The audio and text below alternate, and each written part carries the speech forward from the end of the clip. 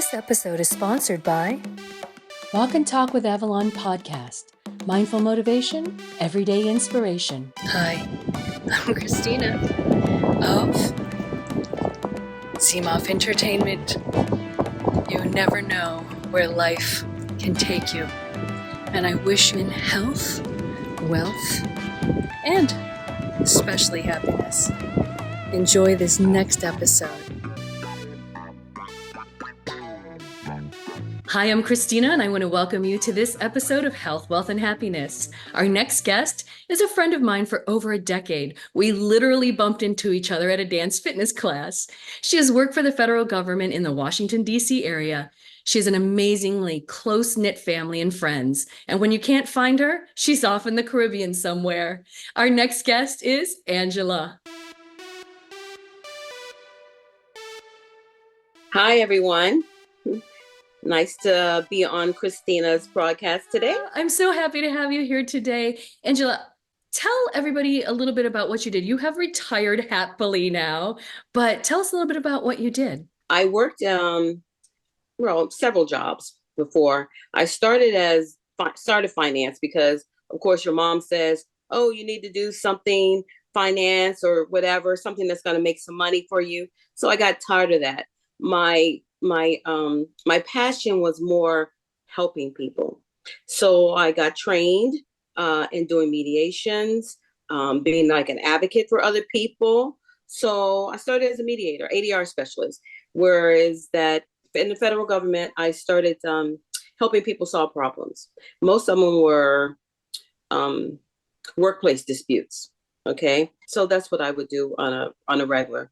As I explained, there's always two sides to a story. So no one's always right. The objective is to compromise, to have a solution. And how are you enjoying retirement now? Loving it. This is the best. I'm living my best life right now. Okay. Last year I was on travel every other month. Okay. This year I'm going to take it a little slower.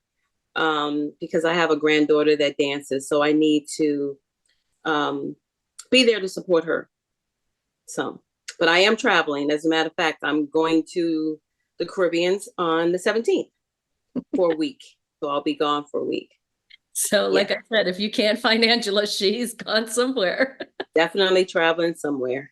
Well, that's not all. I have other trips planned this year. That's why the little small ones. I'm going to Greece in August. So, and I think I'm going on a cruise. I haven't yet to finalize that, but that's like late July. And again, my granddaughter dances in Tennessee. So her nationals competition is in Pigeon Forge. So I'll be traveling there to support her.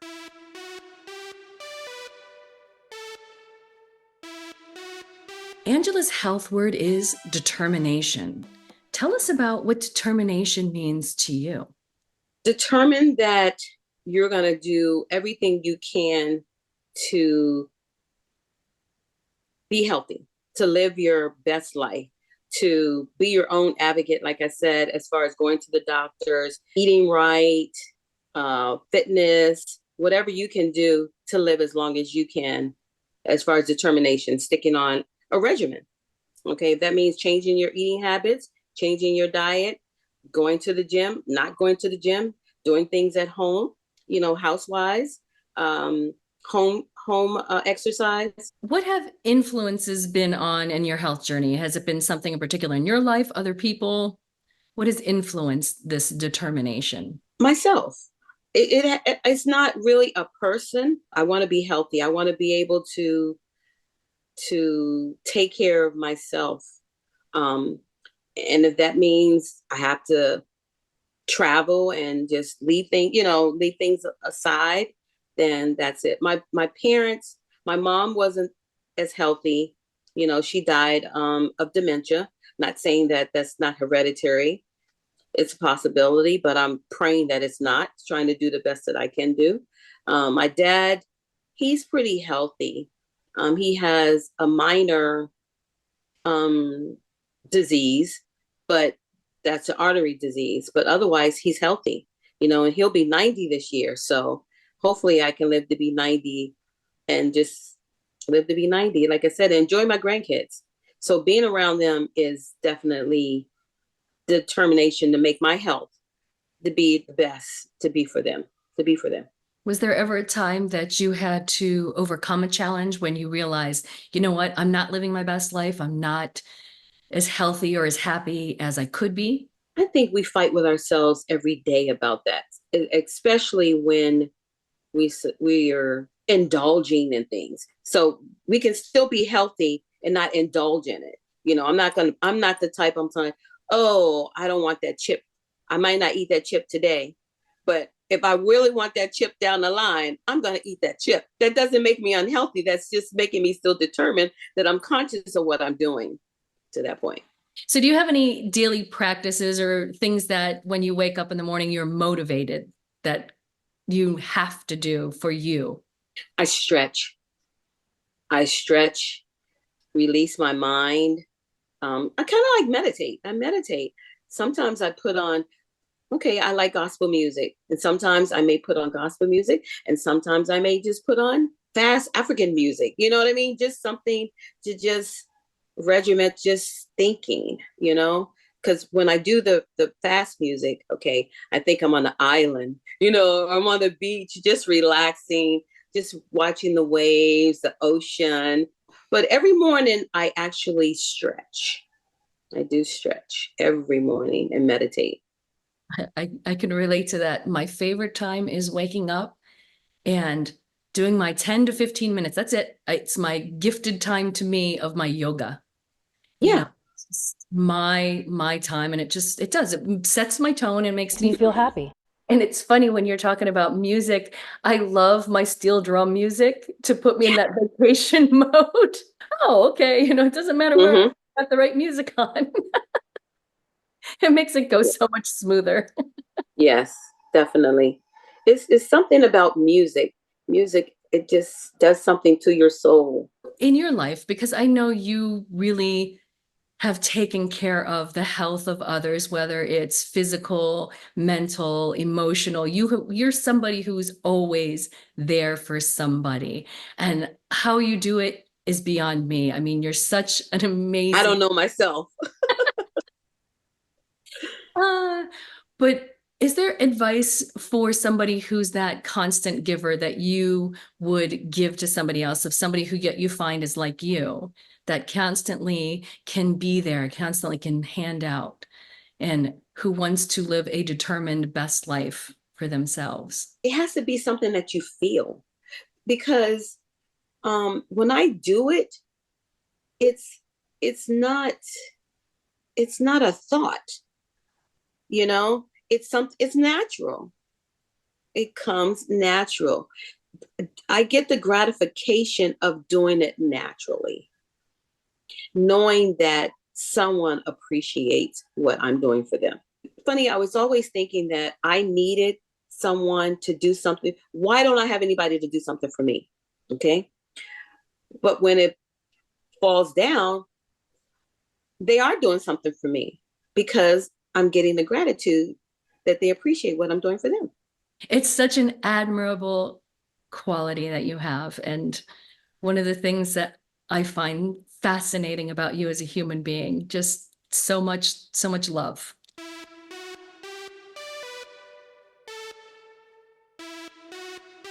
Now, this will be an interesting discovery.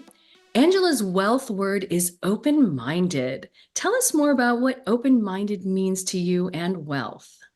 Well, right now, I am doing a lot of traveling because I'm trying to find a place over there so I don't have to pay for somewhere to stay.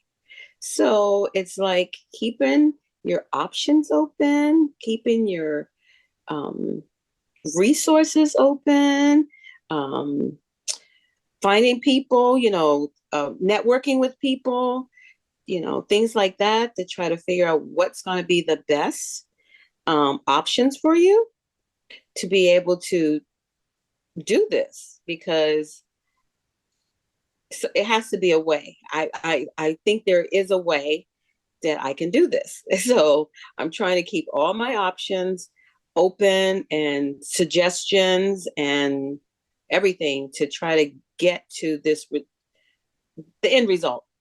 Okay. I really want to have some place so that the kids get older, instead of having someplace here. Oh yeah, everybody leaves stuff here, right? For them to go. I want to have something in another country for them when I'm gone, that they'll be like, oh, she really worked very hard for us to have this. She didn't just go travel and every month or every time she got a choice chance to get. She was getting herself together, getting resources together, and openly trying to find people to make this work for them.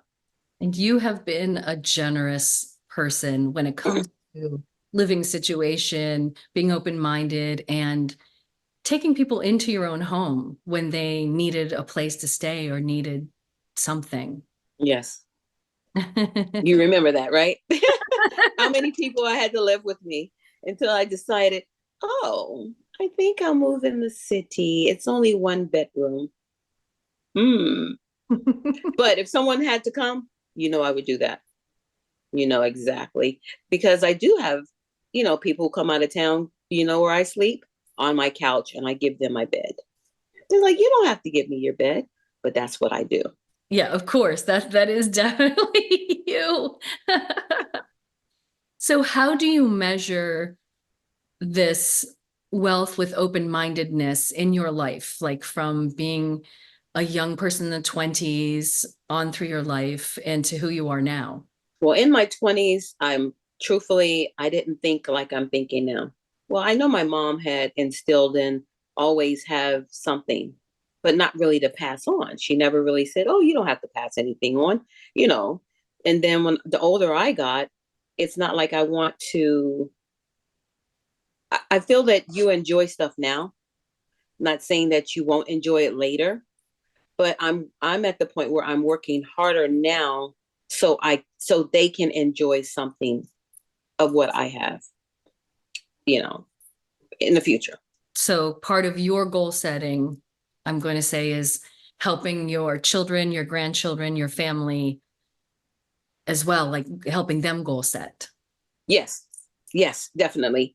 Definitely. Definitely. Thank you for summing that up for me, because I try to make them feel that, do the same thing. You have to work hard to get where you want now. So you'll have that in the future, or have something for yourself in the future. And you're a role model. You're definitely a role model to that behavior because you've been able to do it. You've been able to give and give open-mindedly, whether it's your time, whether it's your finances, whether it's your own space. That's just, wow. How do you do it, Angela? I don't think about it. I just do it. Remember I said it's just a natural thing. I feel that I think it would be off for me if I wouldn't do it, because it's not me. If I don't offer, then that's not the person that I am. It's done with non-thinking. I don't think about it. It's not a thought. But if someone was to ask me if I could do it in my power, if I can do it, I do it. If I can't, I say, let's figure out another way that this can happen, so we can get this done.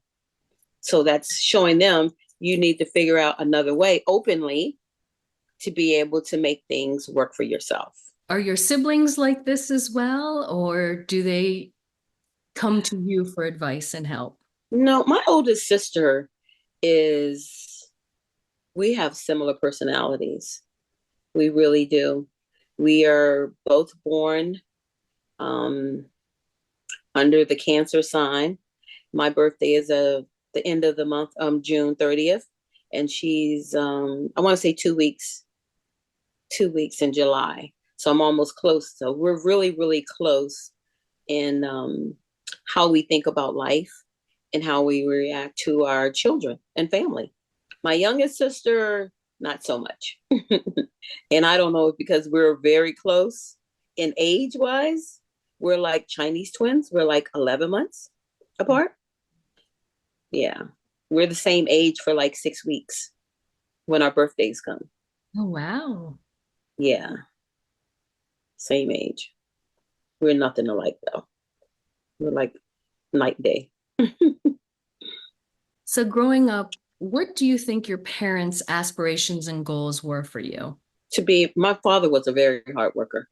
So I can say that we took a lot of that from him. My mother, at the same time, was a hard worker, and she always instilled, you can do it. It was more like, you can do whatever you want to do, whatever you put your mind to it, you can do it. My father was still more quiet. He was a hard worker though. He would give the shirt off his back. So it's just, they're both hard, but he would give you everything versus she's saying, work for it. It's there for you. You just need to do it, and that's yours. I was going to say that's the difference between, they're both, working hard. Mom says she instills in you to work hard because that's what you need to do. You need to work hard because I've given you the tools. I've given you the tools. In the same way I used to tell my son, I've given you those tools. You just need to know how to not just perfect them, to use them. Utilize those tools that I gave you. And then things will come easier for you. So that's my mom's motto. Yeah. A life of experience. And yes. So do you see in either of your children or your grandchildren any of those traits so far? Yeah, both of them. My daughter, yes. My daughter and my granddaughters. Because Brooke is a very hard worker and very giving. Lyric is now working. She likes what she likes, so she'll work for it. It's not like, oh, we always need a handout. We don't need a handout. We can work for whatever we want and we can get it. And Lacey has a very determination mind. She's been like that since she was a toddler, okay? To the point of trying to take a lollipop from her. She was determined she was going to eat that lollipop with no teeth. Exactly. She is her Mimi's granddaughter. Yes, definitely. So do you have any advice to somebody when it comes to wealth and being open-minded? Well, definitely look at where your parents were. Think about the past and how they struggled, no matter what race you are, okay? How they have struggled, because it doesn't matter what race you are. Somewhere down the line, you've struggled, okay, to do something. So think about how they struggled and think about the fact that you really don't want to continue your life in that struggle. And you don't want that to be for the struggle for your kids, even though you won't be here to see that. But if you're determined to continue to let them know what happened, then they'll see and try to change that. It's nothing says that the pattern has to be repeated. Somebody says sometimes it's generational curses. You know what I mean? That doesn't have to happen. That can be changed. I don't believe in a curse at all. I think that those things can change. Yeah. Keep being positive, have a positive and open mind. Yeah, and make it your pathway. It's fascinating because we do live in such a country of opportunity that yes. If you really want it, that's my mother being, an immigrant. That's one of the things taught me is you can make it happen. Yes, that's what I said. You can make it happen. It only takes you to make it happen. Ooh, I like that. I'll put that on the t-shirt. Hi, it's Sylvia. Health. Having fun hanging out at the pool all day, getting the sunshine, making new friends. Making new friends, that's a great thing for your health, for your mental health, for your emotional health, for your heart and happiness health. And then to wake up and find out everybody's left you, some kind of friends they are. But socializing, that's a great way for your health, and happiness. Health, make friends and keep the old summer silver and the other gold. I I think these are all silver. They all left me here sleeping, falling asleep. Oh, but it was a lovely day. I got my vitamin D. I told you about that one. That's healthy there. I'm Sylvia. To your health.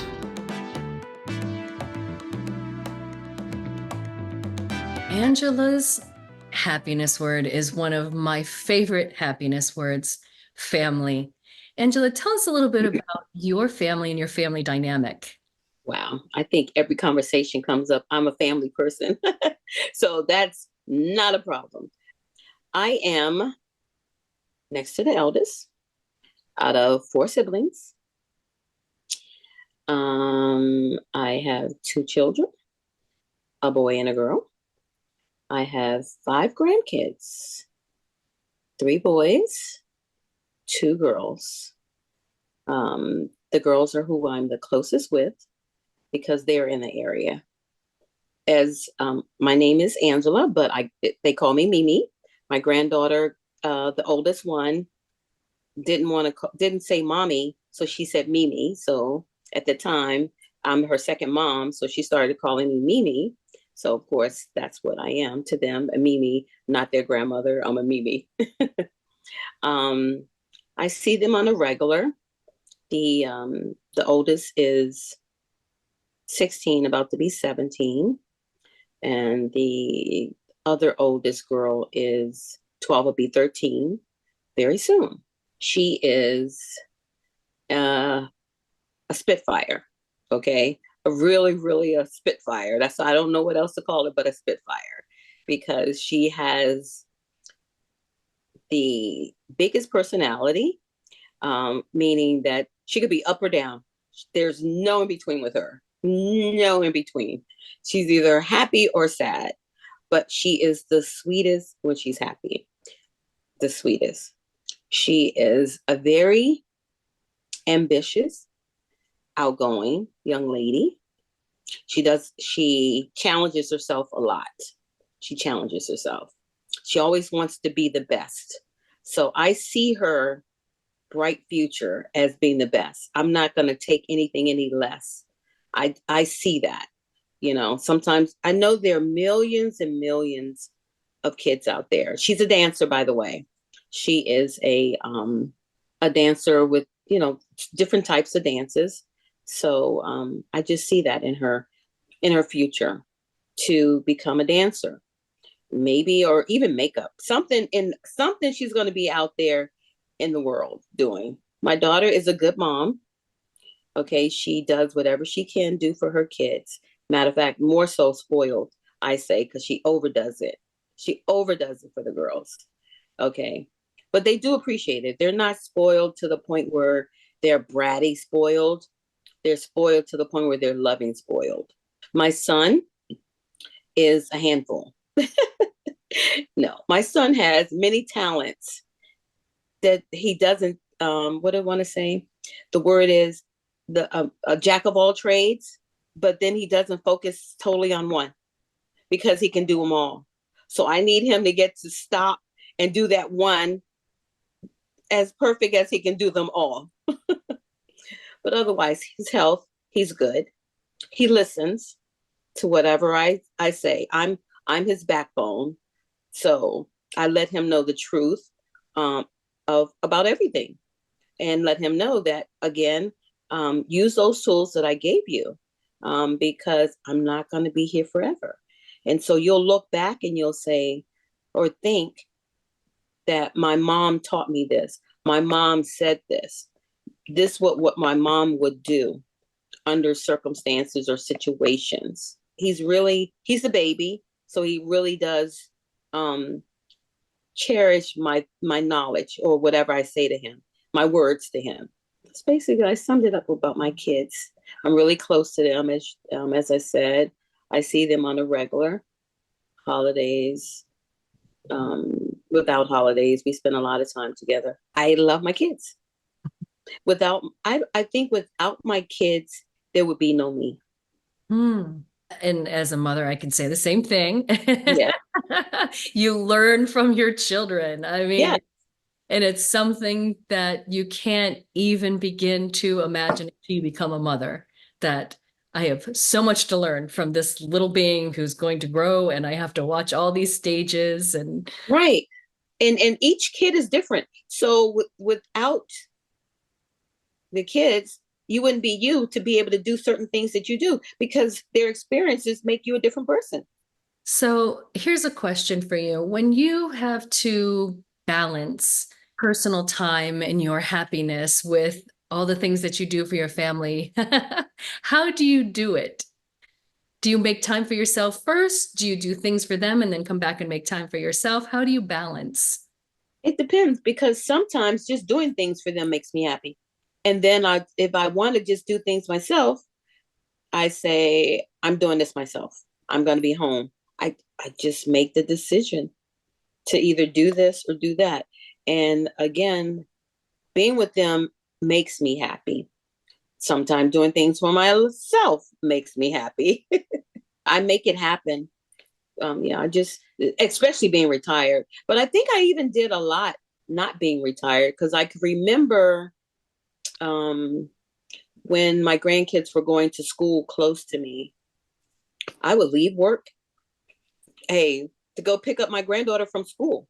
Oh, I need to leave or I need to take her home because again, family's more important to me. That job that I had was only paying me. Okay. Paying me. Yeah, it's not wasn't my livelihood. Okay. So my family is more important to me than anything. Do you see things that your kids do for their children that reminds you of yourself and things that you've taught them? Brooke herself, that's my daughter, is there for her girls, allowing them to be themselves, allowing them to have an imagination, allowing them to just talk to her and focus on certain things. If she doesn't understand things, she definitely comes to me to ask my opinion about certain things. I think I've taught her the same way that she's trying to teach them.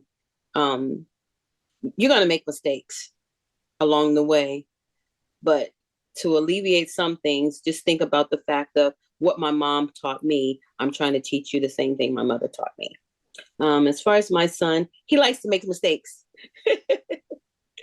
He learns from his mistakes, but he does think and he listens. So that's the good part. I don't know, males, boys and girls are two different animals, okay? I don't care what I taught this one as a female, how I taught this one as a male. It's the same exact thing, but their interpretation of it is totally different. Yeah, but that's in general. That's people. We interpret things different, no matter what. What would you like your grandchildren to remember about you in their adulthood life? One that I was loving. I'm gonna tell you something funny though. So I brought up a situation that I talked to you about my granddaughter, her being bullied or whatever at school. So this is her interpretation of me at this particular moment. I'm going to call my Mimi because she'll handle everything. She will go up there and she will even fight. She will go up there and take care of everybody in the school. That's her interpretation of me, that I don't play around when it comes to them and their well-being. So that's her interpretation, one of me, that I'm going to tell her because she will straighten it out. Whether or not it's being an advocate for her, well, it's not going up there to talk for her, to say, this is what's happening. You guys need to straighten it up. She's there for me. And that's what I had to do today. I'm there for her. Oh, that's what I love about Angela. It just sums her up as a family person, her happiness, and her protective lion that comes Yes. for her family.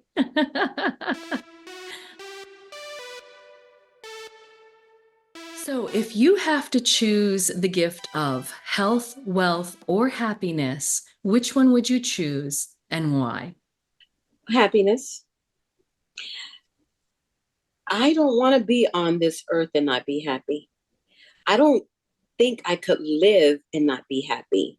Not being happy has a whole lot of healthy problems, issues if you're not happy. That's even when you don't smile.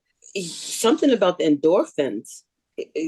I don't see how someone can not be happy on this earth we live today. It's just no way I can feel that you survive.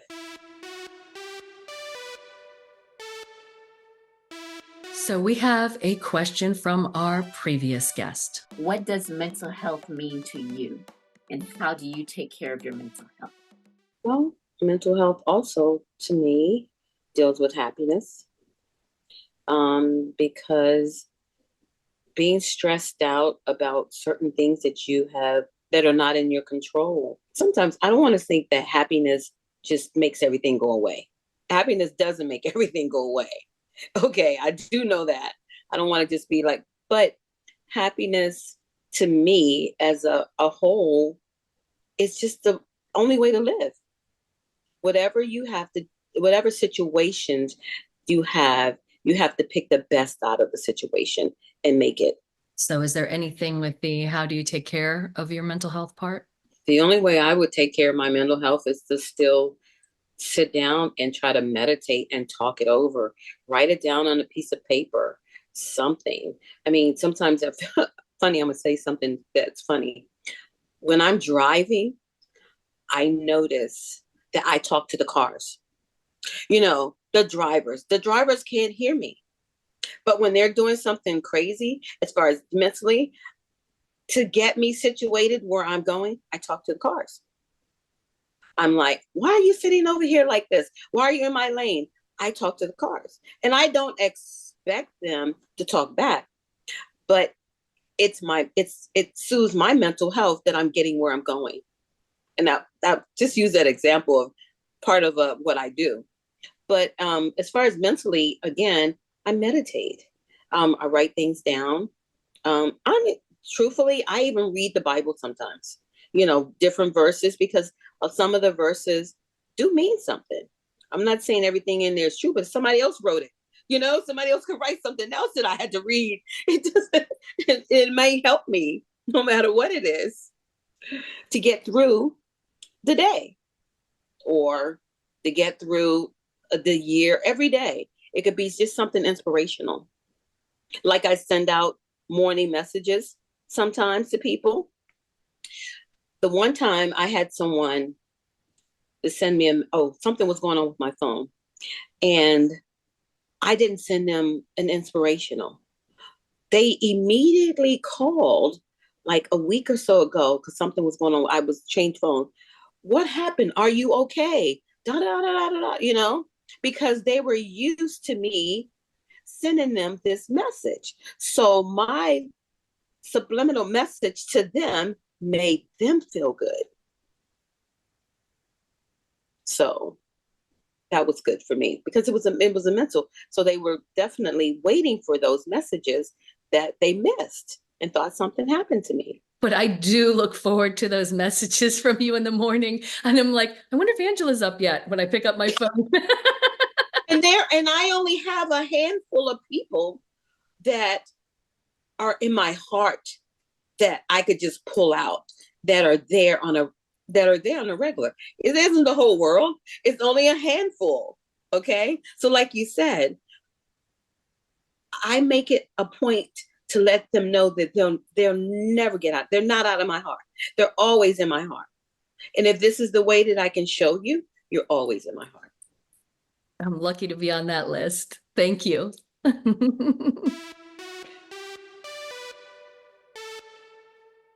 Oh, I am so glad that our listeners and our viewers got to meet you, Angela. And I know this is just a small snippet of who you are, but I hope this is not the last time that they get to see or hear from you because you are so dynamic and you've got a lot more to say.